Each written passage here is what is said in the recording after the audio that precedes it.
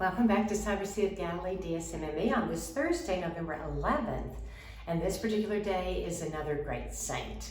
Not known as great by the church as such, but he is Saint Martin of Tours, and his divine office is huge, meaning the church really wants to highlight him. Now, who is he? He was actually born in Hungary, modern day Hungary anyway, and he grew up in Italy because his father was a Roman soldier that was stationed there in Italy. And he was attracted to Christianity, but his family were not Christians at that time. At the age of 10, he begged his family to become a catechumen.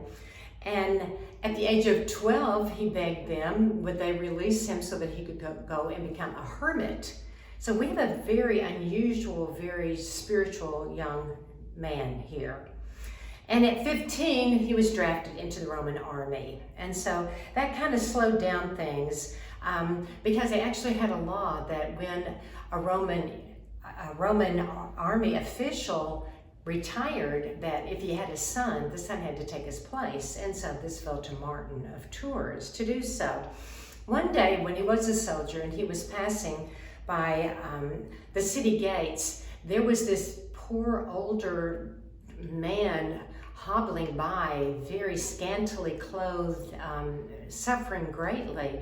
Martin was on his horse and looking very sharp, and he stopped and he looked at the man, and the man didn't really have to say anything to him because Martin's heart was good. So he was moved to take off his royal cloak and with his sword to split it in two. And these are the statues of St. Martin of Tours that you usually see. He split that in two and he gave the beggar half of it. And he remembered from his catechumenate days, he remembered, blessed are those who feed, those who are hungry, who clothe the naked, etc. So he took care of this man. That night when he went to sleep, he had a vision of this man coming back to him, handing him back the cloak that Martin had given him, and saying, I do not need this, I am the Son of God. So that is who Martin had given the cloak to.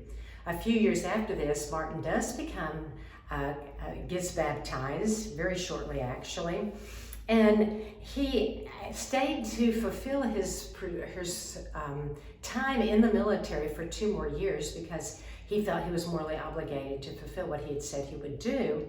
Then he leaves there and he actually becomes, which is interesting, the first great leader of Western monasticism. And that's one of the reasons that we have such an incredible office on this day of divine office. And he is one of the patron saints of France. Wow. God bless you. Stay with Jesus in the heart of Mary on this Cyber Sea of Galilee DSMME.